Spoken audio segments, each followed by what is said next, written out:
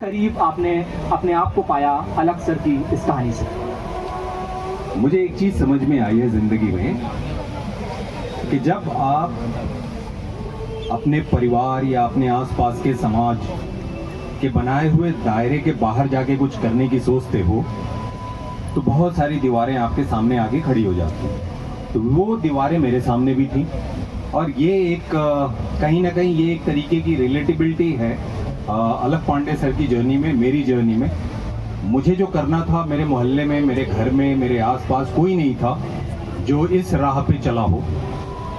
अलख पांडे सर ने जो ठाना था कि शिक्षा ये एक बुनियादी अधिकार है और ये सबको मिलना चाहिए, उन्हें ये चीज़ और गहरे में जाके असर इसलिए की थी कि वो और पढ़ना चाहते थे, लेकिन वो आईआईटी नहीं कर सके, वो मेडिकल में नहीं जा सके।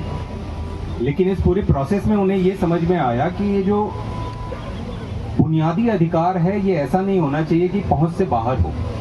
तो उन्होंने जो प्रयास किया वो ऐसा था कि बहुत बड़ी दीवार ही तोड़ दी और उनकी वजह से बहुत सारी कहानियां हम लोगों को सुनने को मिली हैं कि जिनके पास तक अच्छी पढ़ाई लिखाई पहुंच नहीं पाती थी, उन तक उन्होंने वो चीज़ें पहुंचाई और उनका जीवन कैसे बदला।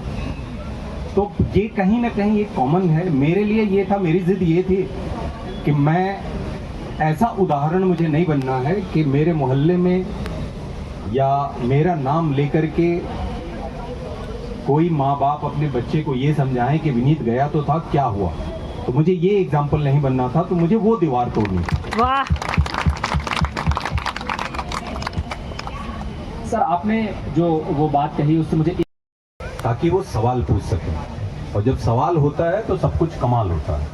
तो वो पहले उनके मन में ऐसी जिज्ञासा डालते थे। तो 2-4 लाइनें, कैसे बताऊं तुम्हें क्या है फिजिक्स, कैसे बताऊं तुम्हें क्या है फिजिक्स, ये दिन और रात का होना जो तुम रोज देखते हो, ये दिन और रात का होना, मौसम में ठंडी गर्मी बरसात का होना, वो इंद्रधनुष का आसमान में बनना, वो समंदर में लहरों का उठना और गिरना, वो ज्वालामुखियों का धम धम धम धम फटना, ये मेरी आवाज़ जो तुम सुन पा रहे हो, जिस रोशनी में तुम मुझे देख पा रहे हो, ये सब हुआ कैसे, क्या है ये मैजिकल ट्रिक्स, अरे इसी को तो कहते हैं भैया फिजिक्स।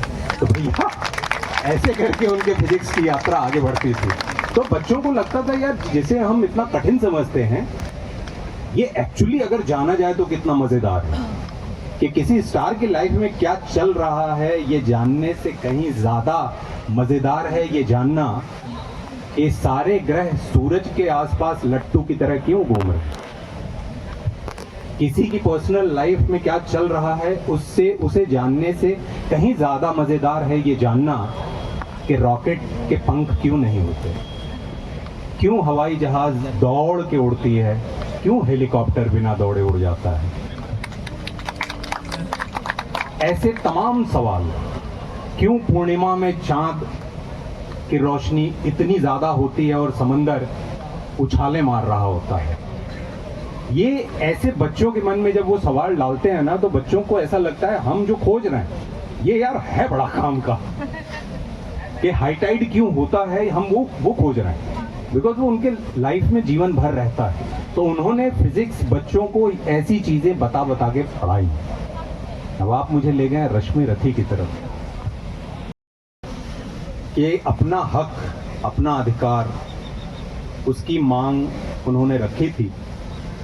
और दुर्योधन ने ये कहा था कि सुई के नोक के बराबर भी जमीन नहीं दूंगा। तो पांडव की तरफ से ये मांग, ये प्रस्ताव लेकर भगवान श्री कृष्ण स्वयं हस्तिनापुर आए थे, दुर्योधन के राज दरबार में, कौरवों के दरबार में।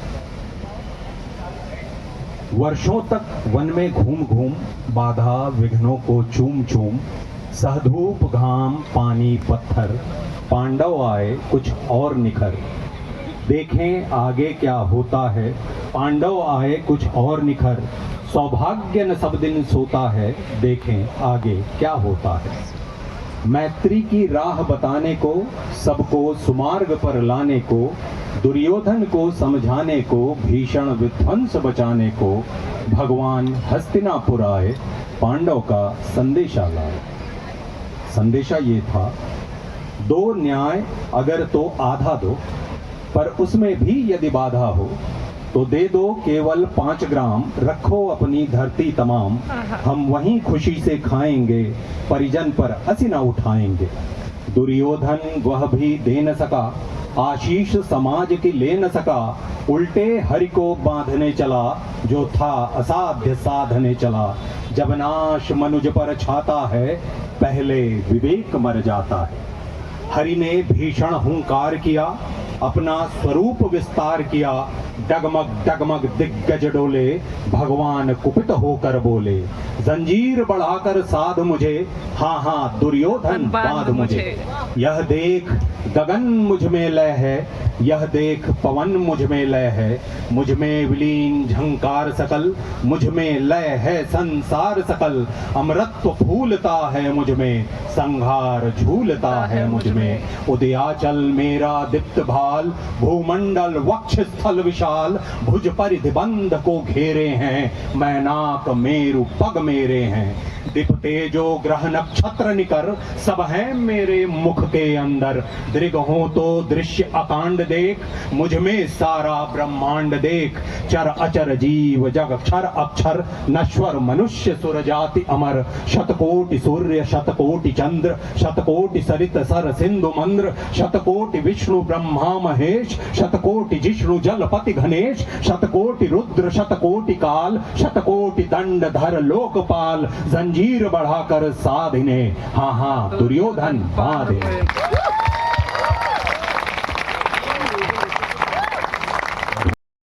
महाभारत कारण, मृतकों से पटी हुई भू है, पहचान कहाँ इसमें तू है। अंबर में कुंतल जाल देख, पद के नीचे पाताल देख। मुट्ठी में तीनों काल देख, मेरा स्वरूप विकराल देख। सब जन्म मुझी से पाते हैं, फिर लौट मुझी में आते हैं।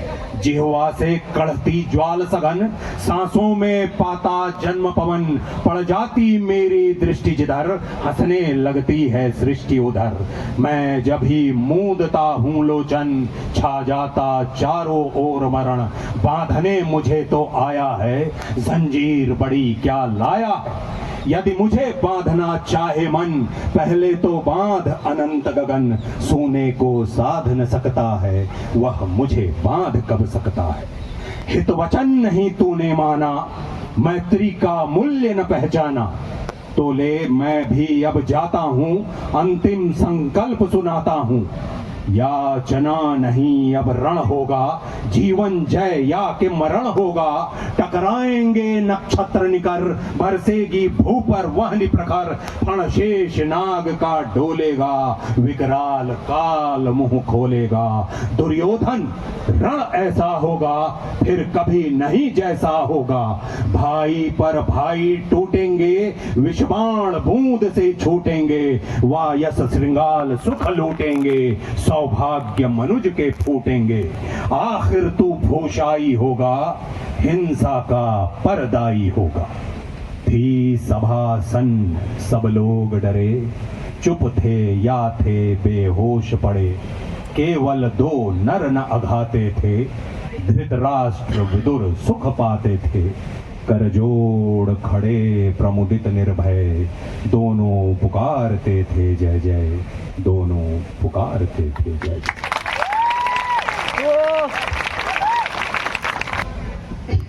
तो मैं बेसिकली बंगाली मीडियम से था और मैं बंगाली में ही पढ़ा हूँ गवर्नमेंट स्कूल से।